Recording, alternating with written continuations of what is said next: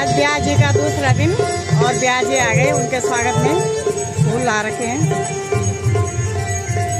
ब्याह जी को ब्याह जी आ गए ना,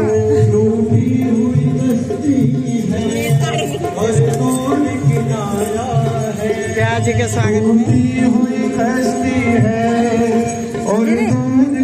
साइड साइड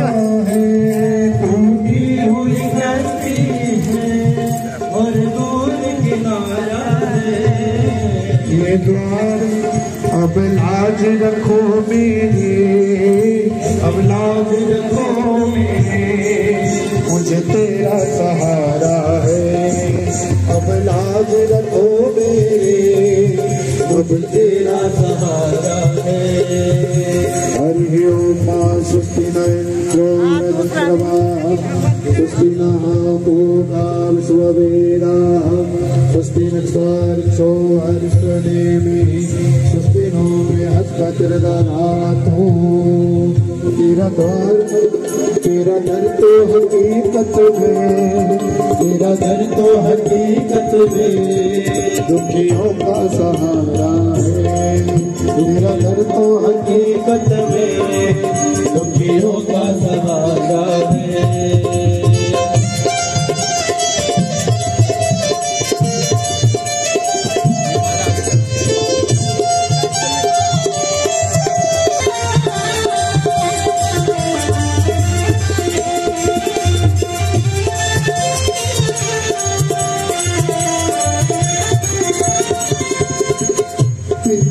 जिसने भी पुकारा माँ दौड़ी चली आती हो, जिसने भी पुकारा माँ दौड़ी चली आती हो, जिसने भी पुकारा माँ दौड़ी चली आती हो। तो ख्याल में क्या करूं, बहुत सहयोग की जरूरत होती है, बड़े पैसे की जरूरत होती है, तो बहुत कुछ सोचते हैं, लेकिन हमारी माताओं ने कुछ नहीं सोचा, उन्होंने कहा हो जाएगा। यही है पुरुषत्व, यही है सिंगल। परसों जब हम आए तो कुछ माताएं सब आपके जितने भी जो हैं, उन्होंने कहा हम खड़े हैं, आओ। तुम्हारा 10-11 बज गए थे आने, काम करे आप और बड़ाई मिले दूसरे। ऐसा होता है कई बार, काम जो है छोटी बहू करती है और नाम जो है बड़ी बहू का होता है। कभी कभी काम जो है बुआरी करती है और नाम बेटी का हो जाता है कि बेटी ने किया ले। ऐसा होता है। तो अगर किसी को यश नहीं मिलता है तो उसको क्या करना चाहिए, बोले ये कथा सुननी चाहिए, उसको यश मिलना शुरू हो जाएगा, उसकी भी बढ़ाई शुरू हो जाएगी। कई लोग बहुत मेहनत करते हैं और मेहनत करने के बाद पूरा काम किया, पूरा जितना जो फंक्शन था सब काम किया और लास्ट में उनको निराशा हाथ लगती।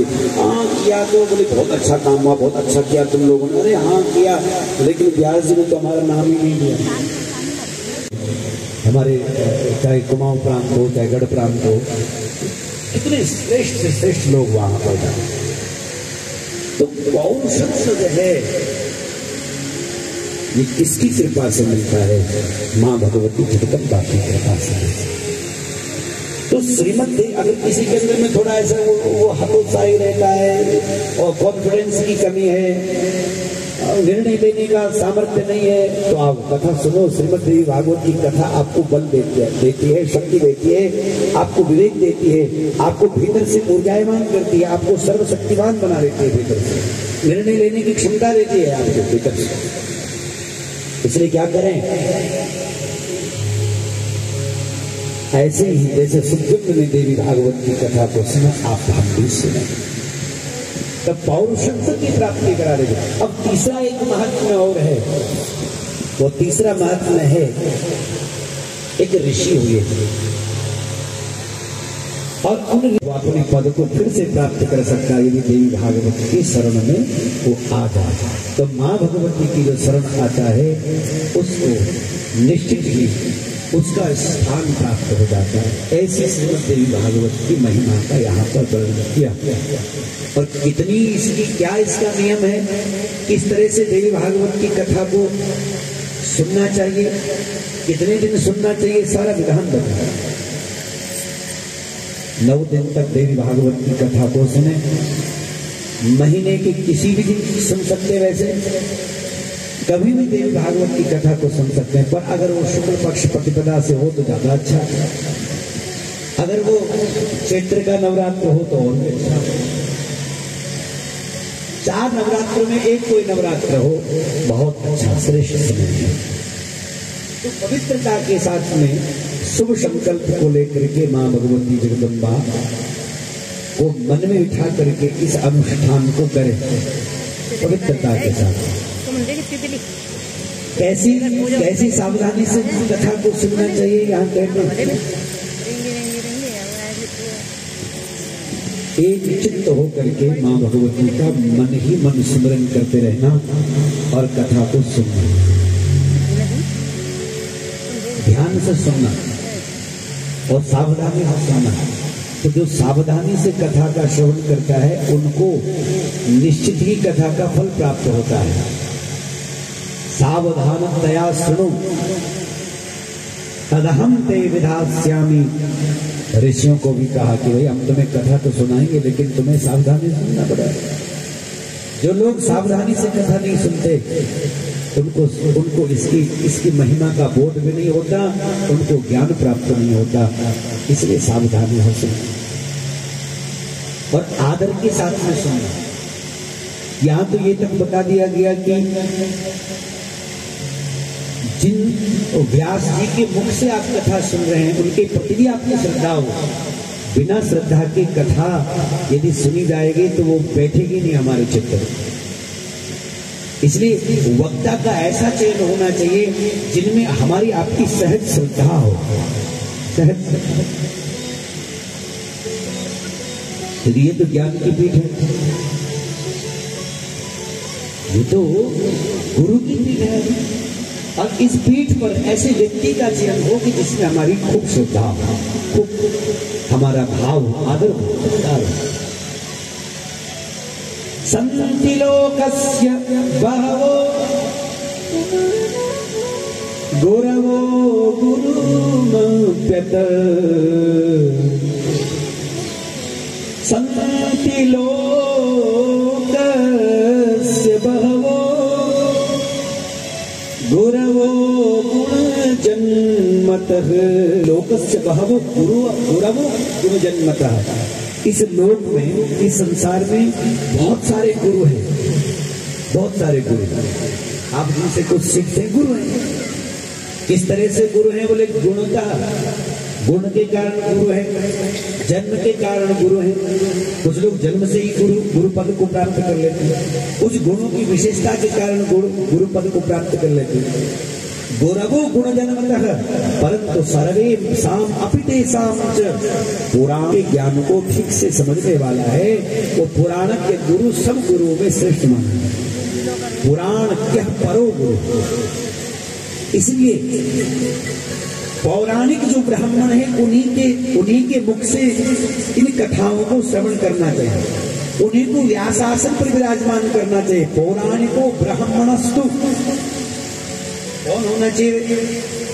पुराण के कौन बोले ब्राह्मण जो हो, ऐसे पौराणिको ब्राह्मणस्तु व्यासासन समाश्रितः, उनको व्यासासन पे विराजमान करके और फिर कथा को सुनना चाहिए। और पुराण के जो ब्राह्मण श्रेष्ठ, आप जब आए अपने स्थान से प्रणाम करें, जैसा तुम्हारा हमारा भाव है प्रणाम करें। लेकिन जो व्यासपीठ पर हैं वो स्वयं भगवान की ही स्वरूप, भगवान व्यास के स्वरूप हैं, ऐसा मान करके उनका आदर करना, उनके द्वारा प्रणाम की चाहना नहीं करना कि वो हमें प्रणाम करें। कई लोग होते, एक बार तो ऐसा हो गया, एक आया व्यक्ति बोले हम तो गए कथा में, आपने तो प्रणाम तक नहीं किया हमें कथा में। अरे वाह, ये तो मैंने पहली बार सुना। मैंने कहा बात तो सही, हमने प्रणाम नहीं कर पाया, क्षमा करना भाई।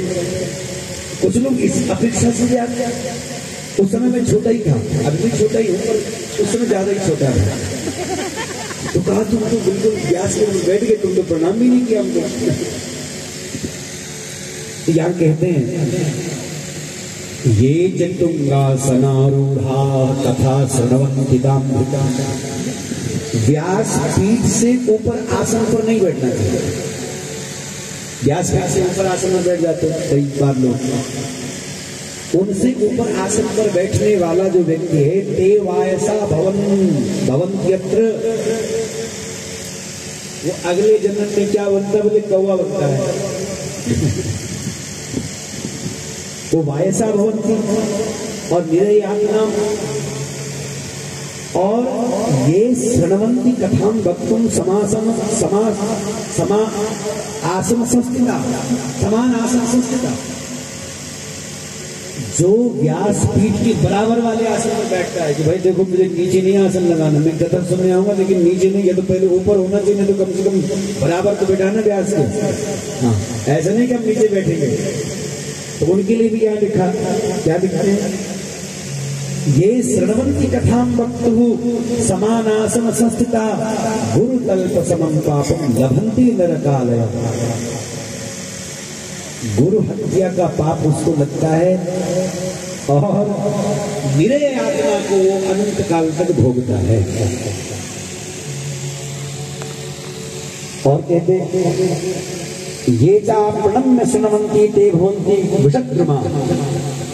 जो व्यास देव को प्रणाम ये भी जो कथा सुन, तो ये कथा नानमोदन्ते विघ्नं कुर्वन्ति ये शठ। जो कथा का अनुमोदन नहीं करता और बीच बीच में बातें करता रहता है, विघ्न करता है, यानी बगल वाले को भी कथा नहीं सुनने देता। देखिए अपना तो सुन नहीं रहा, लेकिन बगल वाले को भी डिस्टर्ब करता रहता है। अब दो माताएं बात करें, दो भाई बात करें, तो तीसरा भी तो वहां बैठा, तुम उसकी तो ख्याल रखो, उसकी तो चिंता करो। वो भी तो तुम्हारी वजह से कहीं वो उसको गड़बड़ हो रहा है, ध्यान सुनने में उसको भटका हुआ, इसकी चिंता नहीं करते। हम दोनों की चिंता करते कि हम तो बढ़िया गप्पे लगाएंगे, छुई लगाएंगे, बस दुनिया जाए जिधर जाए उधर जाए। तो ये कथा नानुमोदन्ते विघ्नं कुर्वन्ति ये शठ। सुन लो, कोट्यब्दं नरकं भुक्त्वा, अरे करोड़ों जन्म तक वो नरक की यातना भोगता है। और आगे सुनो एक और बात है, बढ़िया बात, क्या? सुकरा, वो ग्राम सुकर यानी कुत्ता बनता है।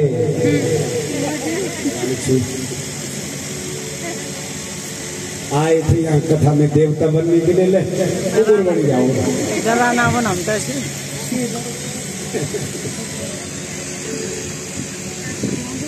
लेकिन कोई बात नहीं, हम उपाय बता देते हैं। अगर तुमसे कभी भूल से बात हो भी जाए ना, तो उसके बाद में माँ भगवती का नाम लेना, और नाम लेते ही उसके बाद में कान पकड़ना कि बस अब बिल्कुल कथा में छीन नहीं लगाएंगे, बिल्कुल बात नहीं करेंगे। और उसी समय पिछला वाला खत्म, अगले वाला नया शुरू। अगर नहीं किया अच्छा, फिर दोबारा बात हो, फिर तो बढ़िया हो जाएगा, चकाचक सब पीछे वाला तो सारी चादर धुल जाएगा। लेकिन यदि फिर गड़बड़ किया तो पिछले वाला डबल मिलेगा, फिर तो खत्म नहीं होगा, वो सूद ब्याज सहित आएगा फिर वापस। ये क्यों कह रहे हैं? यहाँ और भी बहुत सारी बातें हैं, मैं तो उतना कह ही नहीं पा रहा हूँ। वेद और पुराण को गुण नित्य गाना, वेद और पुराण को गुण नित्य गाना, वेद और पुराण को गुण नित्य गाना, वेद और पुराण को गुण नित्य गाना। ऋषि मुनि और देवता सभी ध्यान लगाना, ऋषि मुनि और देवता सभी ध्यान लगाना, ऋषि मुनि और देवता सभी ध्यान लगाना, ऋषि मुनि और पाया मैं भी तेरे शीश झुकाऊं, आरती जननी में तेरी आरती मैया तेरी, जो कोई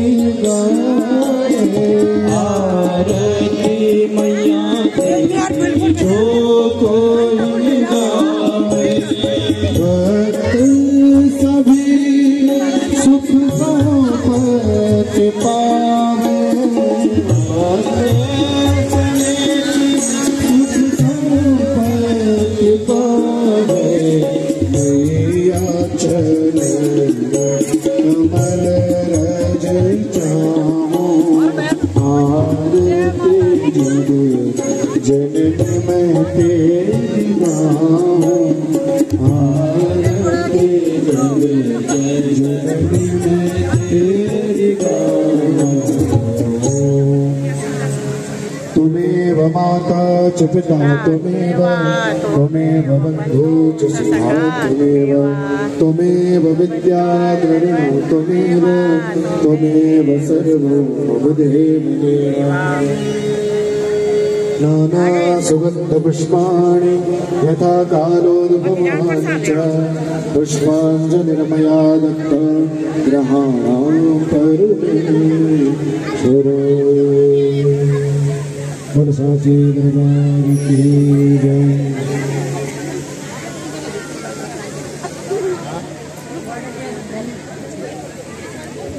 ब्याह जी के हाथों से प्रसाद देते हुए ब्याह जी सबको प्रसाद दे रहे हैं एक एक करके।